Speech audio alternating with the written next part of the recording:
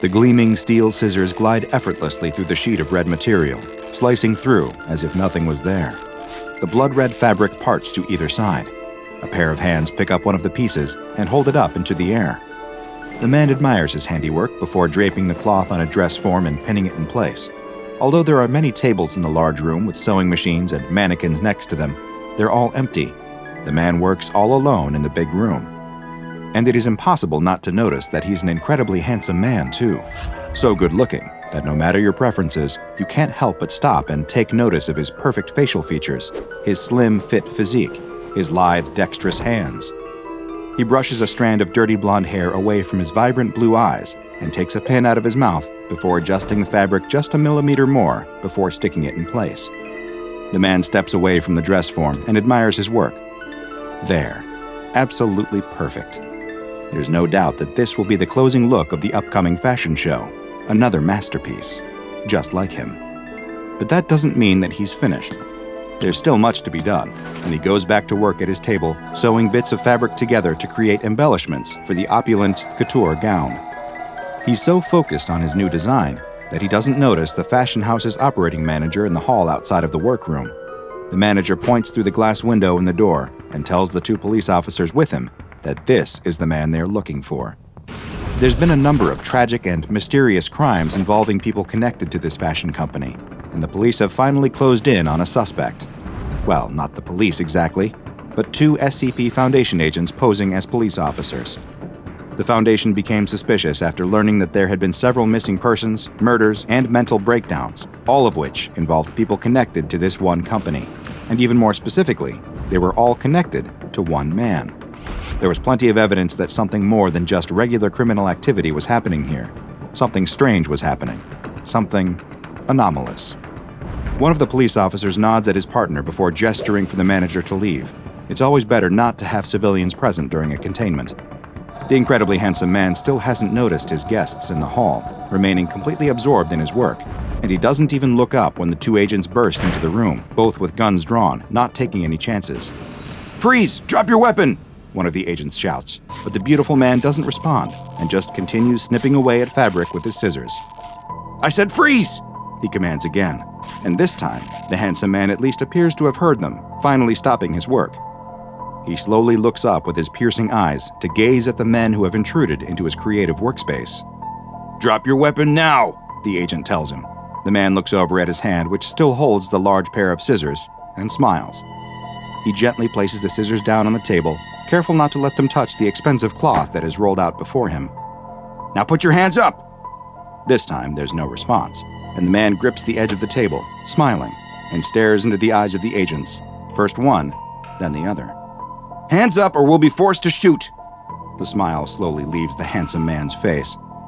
"Will you excuse me for one moment?"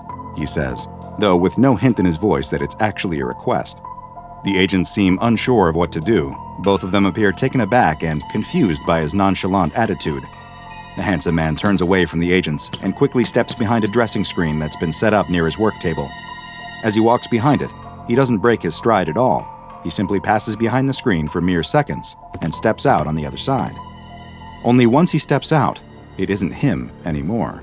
The man that emerges from behind the screen is a completely different person. Where once he was slim, graceful, clean-shaven, and dressed in a fine suit, now he is heavy and muscled, like a professional football player, with a thick beard and dressed as if he's a member of a SWAT team.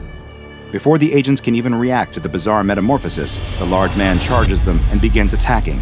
He snaps the neck of one and plunges the scissors he snatched off the table into the other's neck.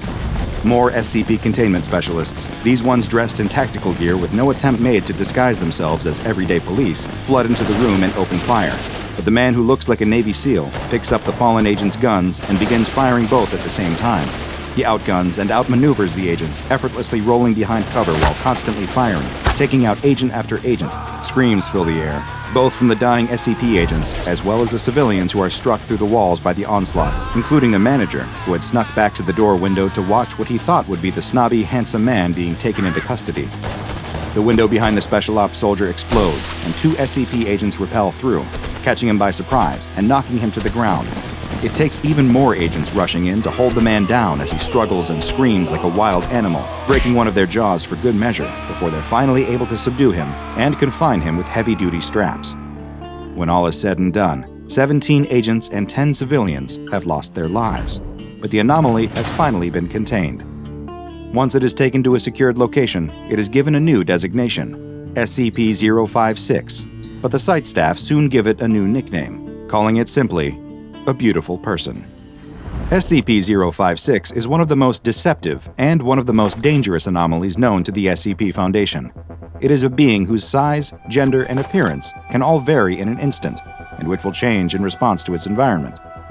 The form it has most commonly taken while in containment resembles a man who appears to be in his mid-20s. His exact looks will vary slightly, but he will always be what could be described as incredibly handsome, at least by traditional societal standards. His clothes will change as well to be a style similar to those of other people around him, though they will always be of a higher quality and more aesthetically pleasing than anyone nearby is wearing. While that appears to be SCP-056's preferred form, it's far from its only one. In addition to the young man, it has also been observed taking on the appearance of several others, including a woman with a striking resemblance to Hollywood actress Scarlett Johansson, a form it took when walking past a group of a younger female staff, a male bodybuilder who could bench press over 250 kilograms, which was 30 kilograms more than the strongest security guard stationed at the Foundation site. It took the form of a female doctor who was measured as having an IQ score 30 points higher than any on-site researchers, as well as non-human forms, like a large, well-groomed Labrador retriever when it was exposed to another researcher's dog, and an extremely aesthetically pleasing couch when left alone in its own containment chamber.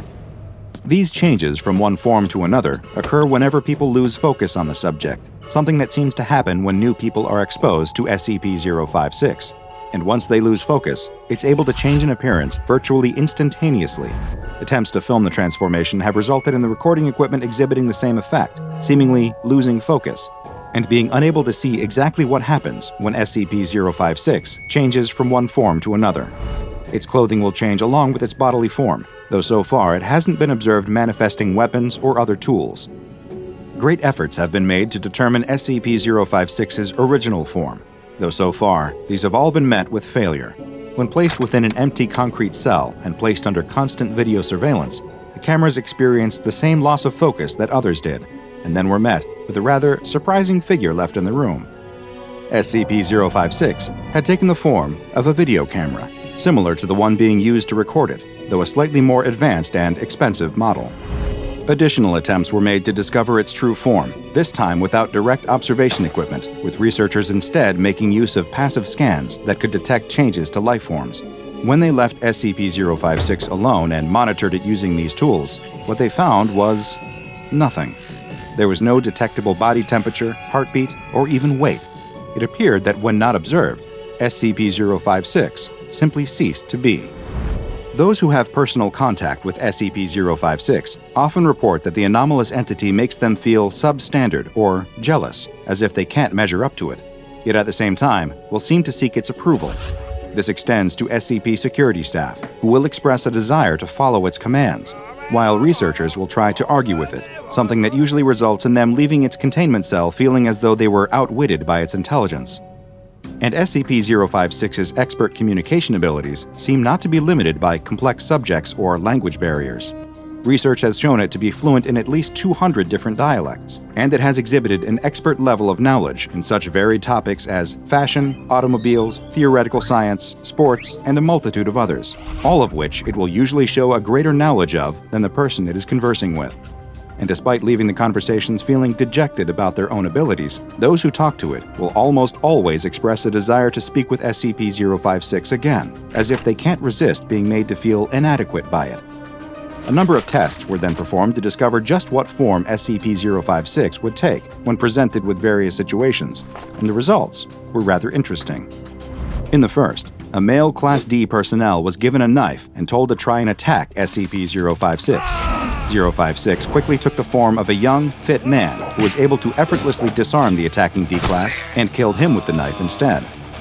In another test, a female D-Class entered its cell not with a weapon, but with a bottle of expensive wine.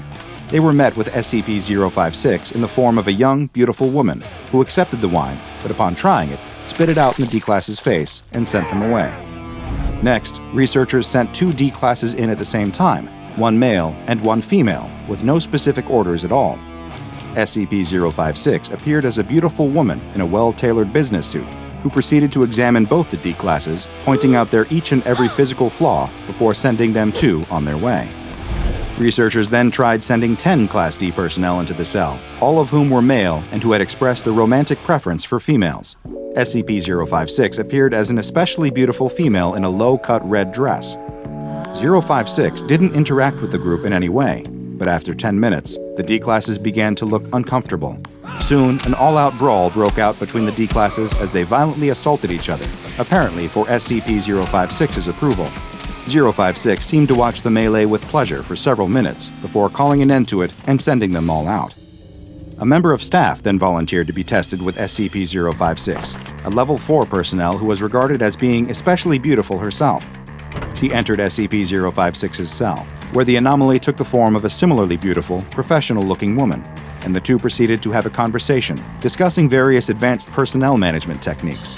The discussion seemed amiable, but after 90 minutes, the staff member appeared to become infuriated with SCP-056 and quickly left the room. While no cross-tests with other SCPs have yet to be performed, when asked about other anomalies, SCP-056 shows a rare instance of vulnerability, expressing hatred towards them, and even occasionally, fear.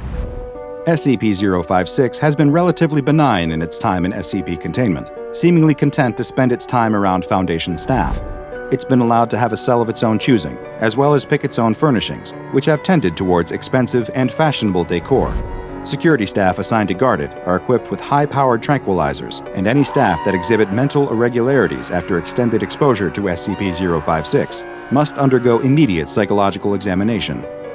It has frequently asked for access to the internet, and when asked why it desires that, SCP-056 responded that the Foundation was unable to provide it with enough sycophants, and that it wanted the whole world to know its face. Needless to say, its request for internet access was denied, and the anomaly, which has been classified as Euclid, continues to be securely cut off from the general public and remains in Foundation containment. Now go and watch another entry from the files of DrBob, like SCP-054, the Water Nymph, for another beautiful creature kept locked away by the SCP Foundation.